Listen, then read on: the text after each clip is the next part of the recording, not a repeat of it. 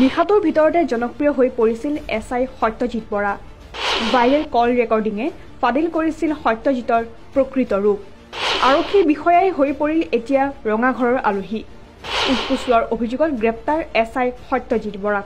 জনপ্ৰিয় ইউটিউবাৰৰ লগত অবৈধ সম্পৰ্ক থকাৰো অভিযোগ সত্যজিতৰ বিৰুদ্ধে। এটা ভাইৰেল কল ৰেকৰ্ডিঙৰ জৰিয়তে নিশাটোৰ ভিতৰতে চৰ্চা লাভ কৰিছিল এইগৰাকী এছআই সত্যজিৎ বৰাই।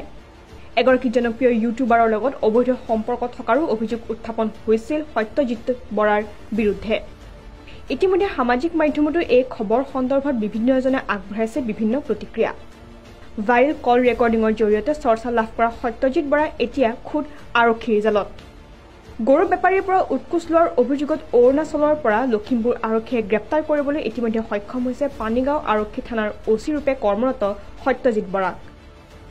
ইউটিউবাৰগৰাকীৰ সৈতে অবৈধ সম্পৰ্কক লৈও বিগত কিছুদিনৰ পৰা চৰ্চাত আছিল সত্যজিৎ বৰা। ছ'চিয়েল মিডিয়াৰ যোগে সত্যজিৎ বৰাৰ পত্নীয়ে ফাদিল কৰিছিল কল ৰেকৰ্ডিংসহ সকলো তথ্য। দীৰ্ঘদিন ধৰি পলাতক অৱস্থাত আছিল এইগৰাকী Satyajit Bora.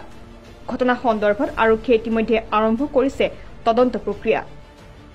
News desk report কাৰেঞ্জন আছাম।